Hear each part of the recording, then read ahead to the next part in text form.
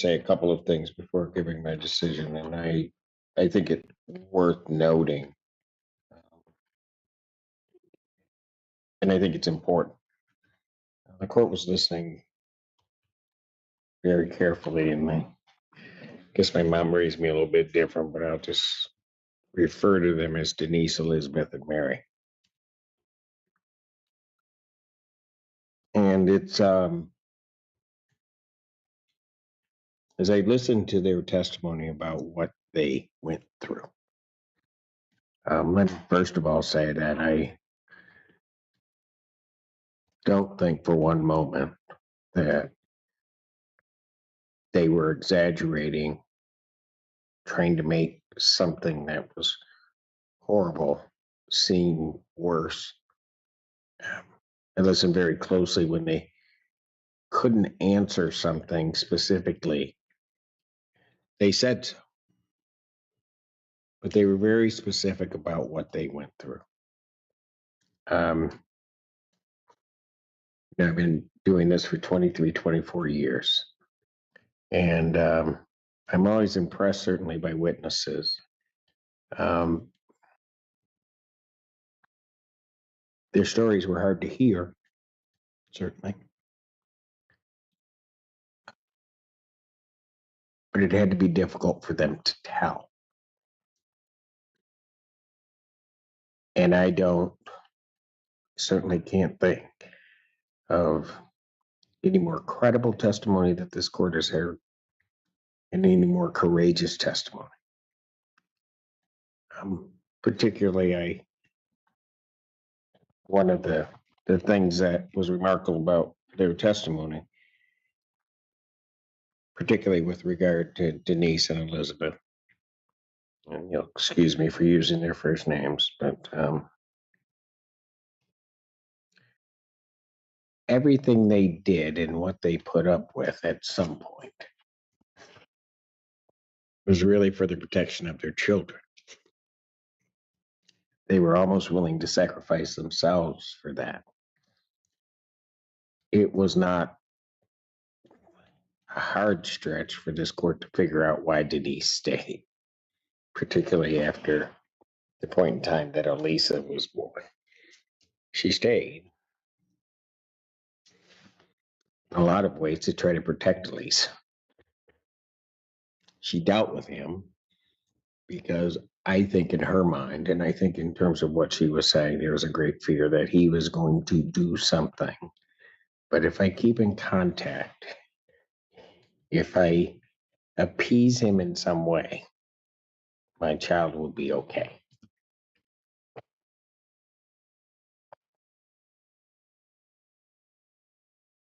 Ms. Reese had the same thought process. And I don't, sometimes when you're up here hearing these cases, your mind can't sort of hold it all, but you leave certain things behind. But the testimony of Miss Reese when she was talking about being in that speeding car, not knowing what was going to happen, hoping and praying that the door wasn't going to open so she could extricate herself from that vehicle while it was moving. She knew she had to get out. And I won't forget her words.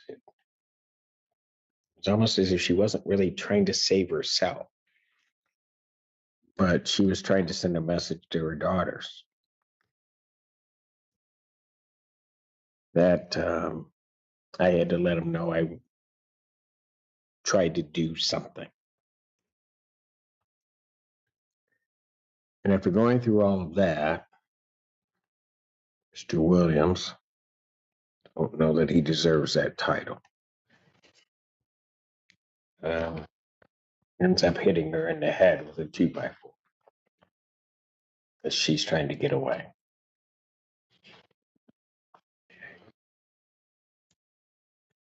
I start with their testimony because quite frankly, I realize this is a probable cause hearing. This case goes way beyond probable cause in what's just shown to me here today, and I know for sure I haven't seen it all. But a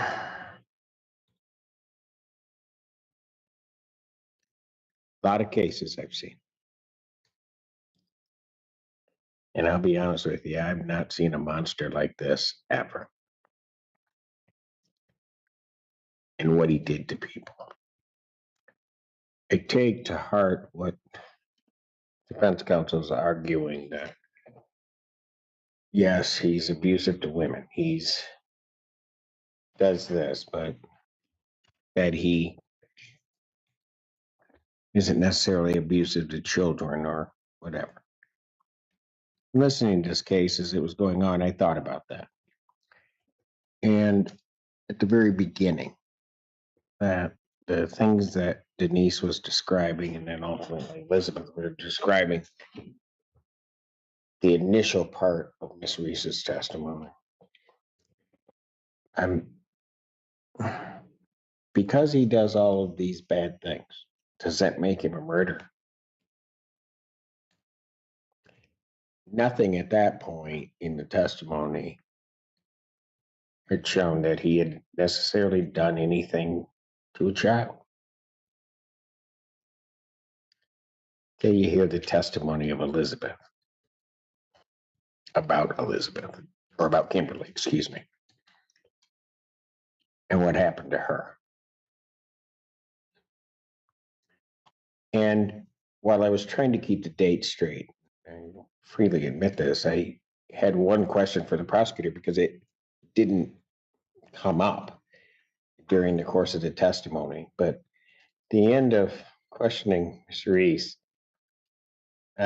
she looked back regarding testimony, and Detective Iverson knew, and he knew that one thing had not come out, and that was the age of the child. And then the question was asked, and I will be honest with you, I thought in my mind, maybe she's 6'7", maybe she's somewhere, she's 2.5. And in somebody's care with broken bones. And that happens while that child, and he doesn't take the child to the hospital. He doesn't, he does nothing. It's not until Elizabeth got there, thank God, the child receives medical. I have a whole lot of feelings about the case, but not feelings that cloud my judgment as to whether or not probable cause has been established. I think probable cause regarding the charge of open murder has been clearly established by the people. And just in terms of certain facts, you're right, he couldn't have Denise, he couldn't control Denise. So what does he do? He finds her, pushes her down, and takes the one thing that he knows is very precious to her, and he takes Alyssa. April 29th, 1982, took her. And that was a mom that never saw her daughter again. Because in this court's mind, and based upon the evidence, that poor little baby didn't make it to September of that year.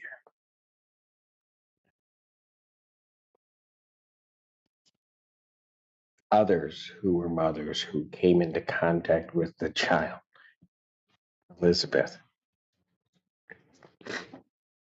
and they were trying to get him to go away because their intent was to try to get that baby back to her mother. It didn't work out. He left with the baby.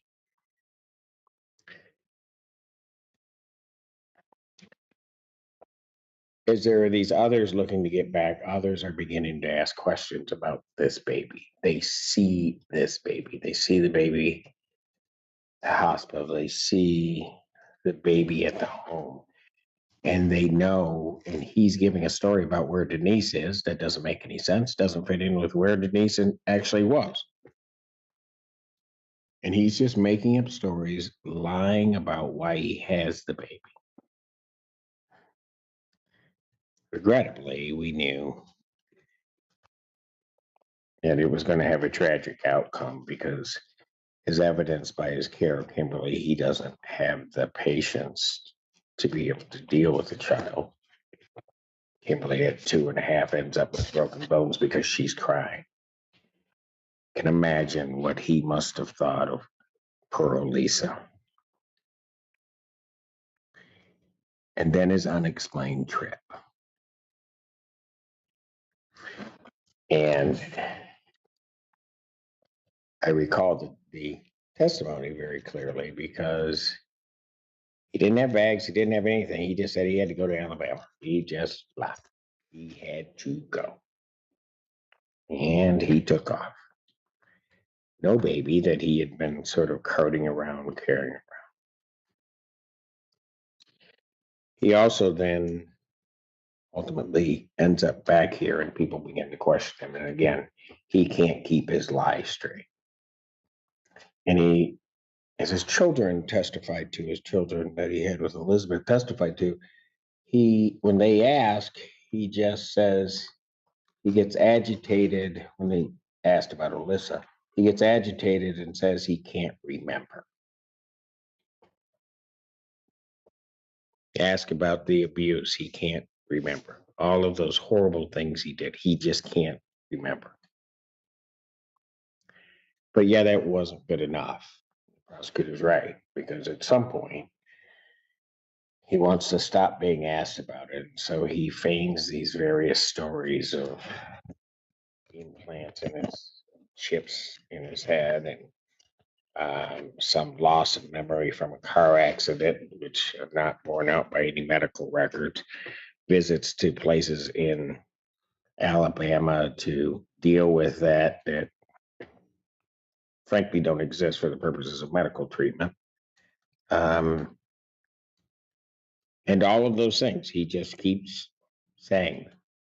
Then as I listen to Detective Iverson, when they start to get close to him, and he's no longer really, I think, beginning to fool people because now I'm dealing with police. And sometimes I don't want to talk to you, sometimes I don't want to do this.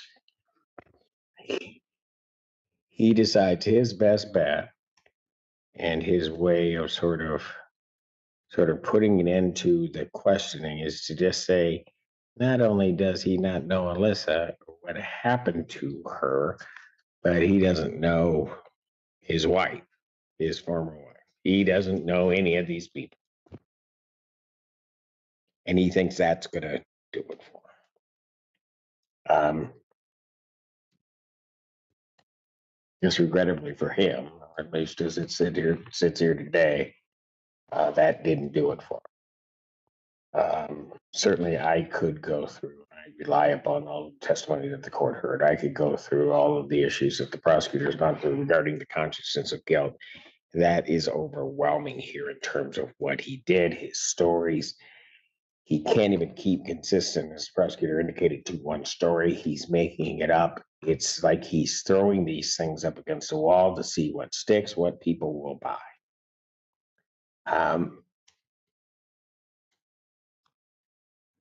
And that's what he was doing. The last person that he was with, that little baby Alyssa was with, was the defendant, who through right or for wrong reasons was in charge of her care. And then nobody sees Alyssa at some point.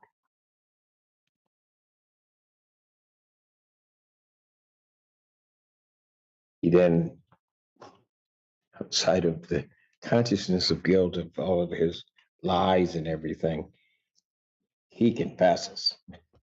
It is no doubt in my mind that his statements about the killing of a baby or having killed a woman and a child, having killed a baby and can't find them, is his confession. And so for those reasons, I just want to make it also very clear that I don't look at this certainly on a probable cause standard.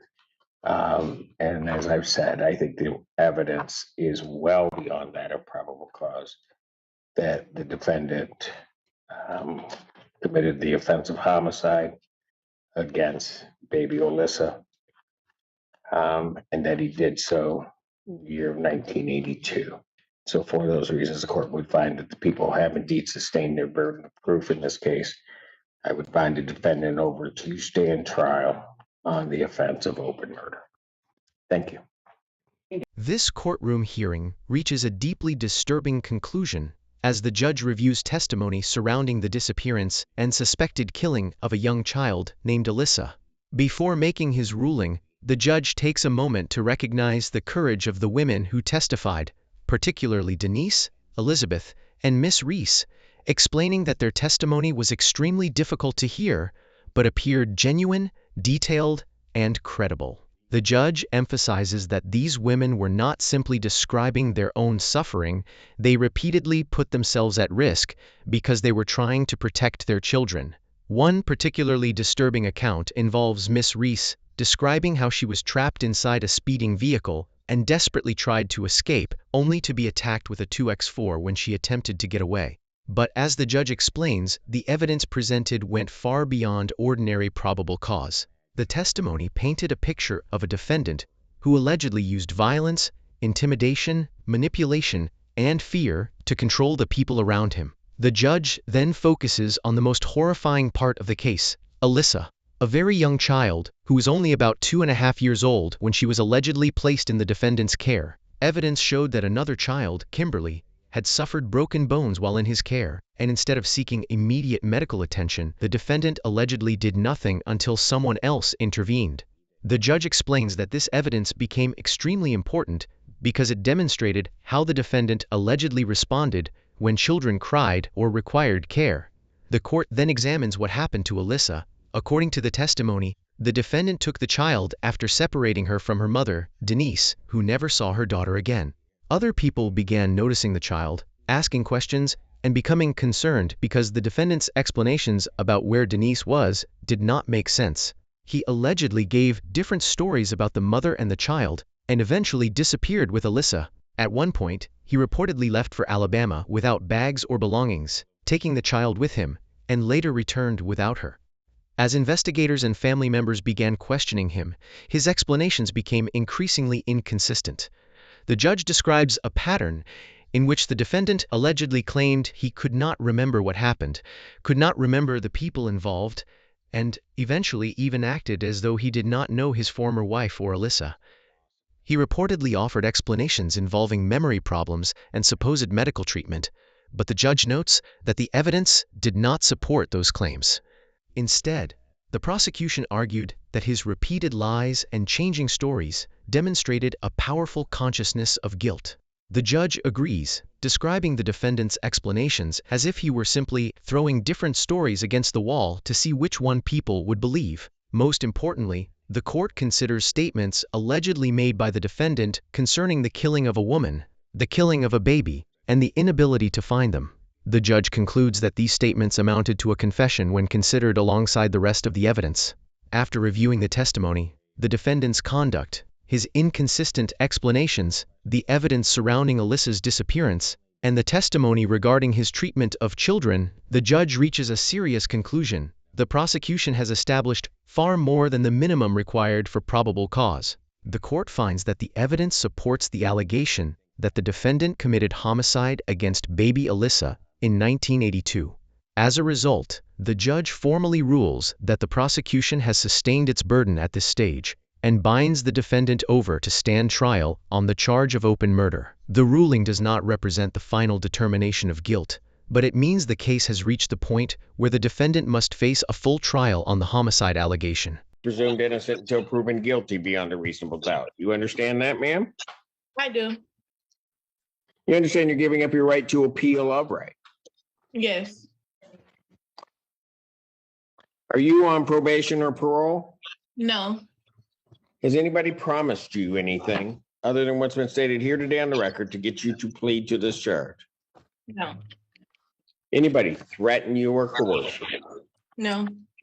You're doing this voluntarily and of your own free will? I am, sir. And because you believe that you're guilty of this offense? Yes.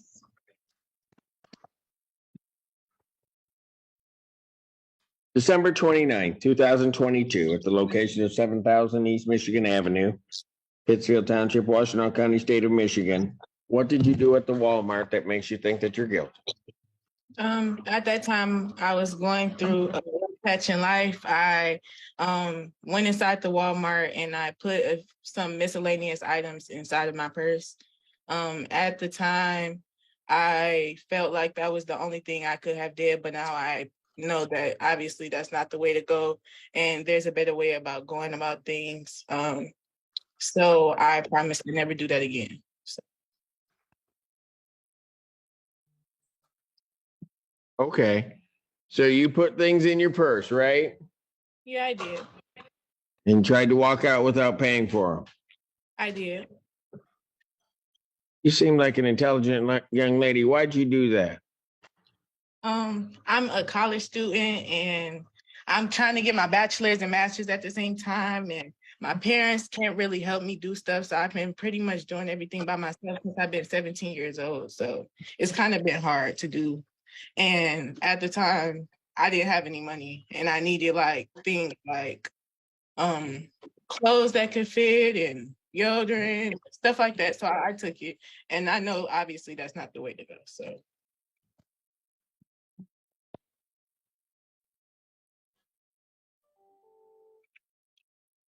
Young lady, what are you getting your degrees in?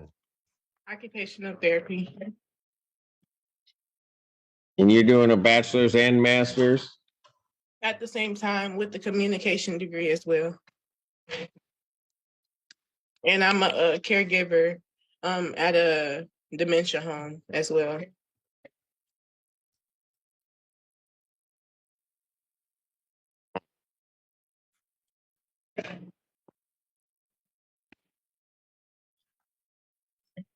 You know something? I usually during these pleas don't ask why somebody did something, but something told me to ask about you. I don't know what that was. Yeah.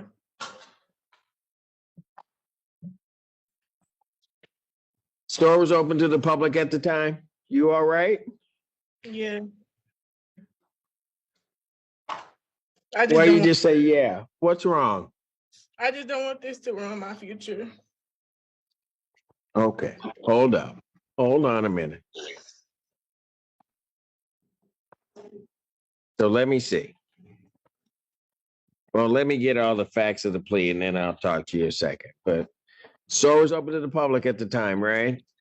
Yes. You didn't have anybody's permission to do this, did you? No. And these items that you took, these were items that were offered for sale by Walmart? Yes. All right, look, young lady.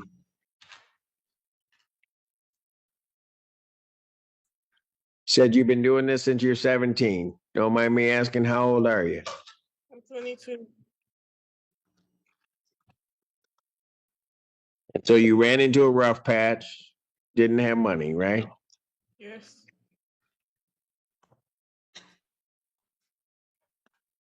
How close are you to graduating? One class from applying to my program, occupational therapy program, and then I have 2 years left. And I'll have all 3 of my degrees.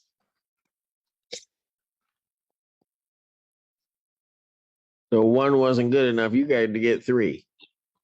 Yeah. Is that it? I was doing nursing at first, and then I changed into occupational therapy because I felt like it was better to get both degrees at once. And I just so happened to have to add a minor degree as well, so I did that too.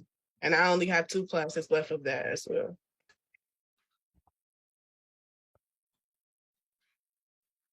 So you think maybe sort of everything that you've been working for is just going to be over because of this, right? No, but it would make it hard to do where I need to go if this is going on, and if I kept that mindset. But not, like I said, since this has been going on, I realized that I need to change my mindset on things. So I spent this time trying to change my mindset and realize that I don't have to do everything by myself, so I just need to do better. What a concept, right? Mhm. You can reach out to people, right? Yes. And sometimes it might be okay to just say, at this moment, can you help me out? Because I don't have. Yeah.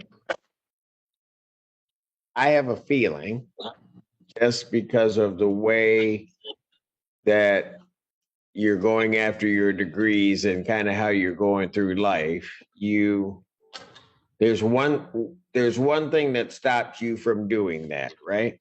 Yeah. What is it? Get in trouble, I guess. Well, it's your pride. Your pride stops you from asking people to help you. All right, so look. Someday, it shouldn't stop you, okay? Because here's what my feeling, and again, I don't know why I decided to talk to you of all people today, but someday somebody will help you do something. That person may not ask for anything in return. The important thing you take from that is that based upon the way you are, because you're going places, young lady, I know it. I could just hear it in your voice and in terms of what you're doing. But someday somebody's going to need help. Yeah. And they're going to ask you. And so the important lesson you take is not that you took help at some point from somebody, but that you then gave to somebody else. Yes. All right. Yes. So my belief is this is not going to ruin your life. It's all not over. I have a feeling that you have probably in your long 21 years of existence on this planet made a mistake or two, right? Yes. Okay, so this is one of them. And we're going to get you through it. Okay? Yes. Thank you. I appreciate you stopping and talk to me because I know you don't have to do that. So I appreciate it. I don't have to do it. You don't have Well, to. you may be right. I don't have to. It's not a part of your But job. What you did. So I appreciate it. young lady, you're welcome. And the only thing that I ask that you do, to the extent you think it was something I didn't have to do or didn't whatever, is that you go forth and you just be the greatest that you can be. That's all I'm going to ask in return. And don't you cry about anything. Okay. Okay? Thank you. You said one other thing. Your parents aren't there to help you out or can't, right? Yeah. They just got a lot of kids. Pardon? I said they just got a lot of kids. Yeah, okay. And I'm the one that's out the house. So I get the shit in the stick sometimes. Despite how many they had, if you said at that one moment I didn't have, they probably would have done something for you. Yeah, they told me they would. They told me Yeah. everything I could have did. So And so that's where your pride got in your way again. yeah. Okay. Don't let it, because I have a feeling, and I know that I'd feel that way because I got one of, she's a little older than you, that I'm just proud as heck of. She's going through her education and everything else. And I know that they're proud of you.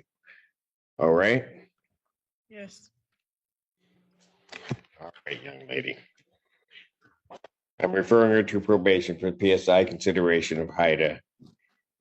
Sentencing in this matter will be June 14th, 2000. That doesn't interfere with any class, does it? June She's smart. She in school and everything. June 14th. Do have classmates, but no, June 14th, I'm okay. I only have class on Tuesdays in the summer. Okay, during this, geez, oh, Pete. June 14th, 2023, 9 a.m. All right, young lady. Okay. So here's what we're gonna do. I'll put you into a breakout room with my probation department so they can get some information, okay? Okay, thank you. Miss Polera, Yes, Your Honor. Miss Davis Whitaker, do me a favor. Yes. Not that you shouldn't take care of all of the people you send there. You heard us talk. I did. This one's special for me. Take care of her. I certainly will, Judge. All right. Okay. Thank you. Take care.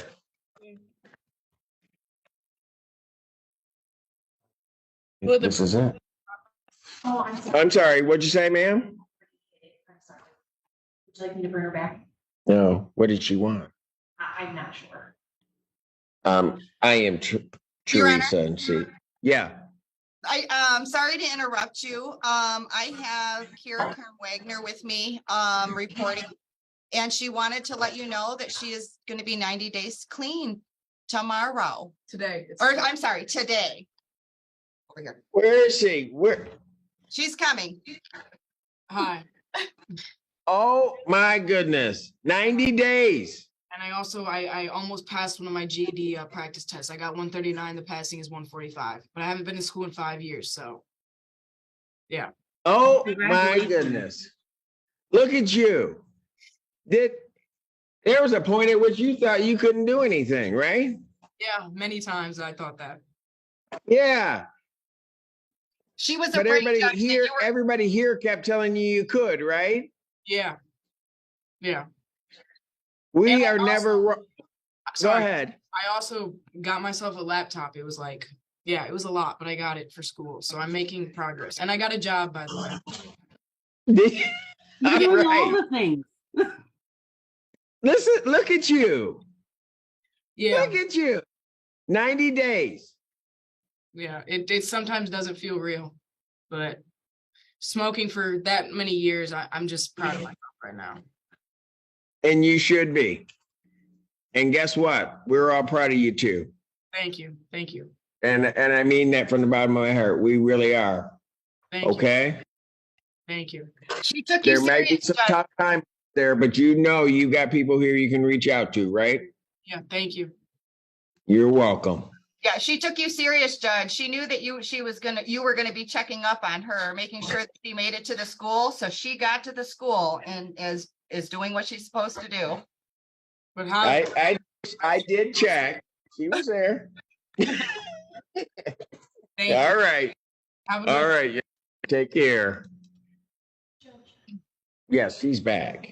This courtroom hearing begins with a young woman standing before the judge after admitting that she stole merchandise from a Walmart during an extremely difficult period in her life.